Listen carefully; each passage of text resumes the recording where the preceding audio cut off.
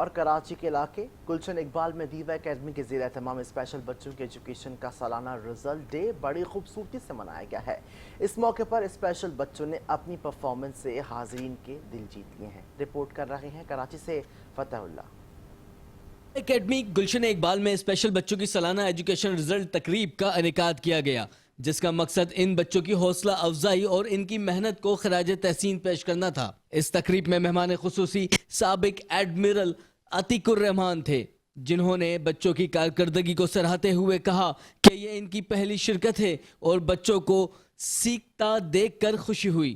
یہ کاز بڑا امیزنگ ہے، اس کے اندر جتنا کام کیا جا رہا ہے، جتنا مجھے پتا ہے، جتنا میں ان سے انٹریکٹ کرتا رہتا ہوں، اس لحاظ سے یہ I would grade it as a noble cause۔ یہ بڑے کم ہے، اور جس محنت اور جس لگن کے ساتھ اور جتنی توجہ کے ساتھ اس کام کو کیا جا رہا ہے، میں دعا گو ہوں کہ اللہ تعالیٰ ان کو اس میں مزید برکت دے، اس میں سہولتیں ان کے لیے پیدا کرے، اور جو لوگ اس پورے سلسلے میں شامل ہیں ان کے لیے بھی اللہ تعالیٰ جو ہے وہ خیریت کا سبب بنائے۔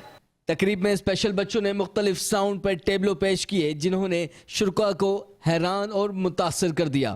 آخر میں بچوں کو ٹرافیاں تقسیم کی گئیں اور خوشی کا سماں دیکھنے کو ملا۔ دیوا اکیڈمی کی یہ کاوش قابل تحسین ہے، جہاں اسپیشل بچوں کو تعلیم کے ساتھ ساتھ اعتماد، اظہار اور فنون کی تربیت بھی دی جا رہی ہے۔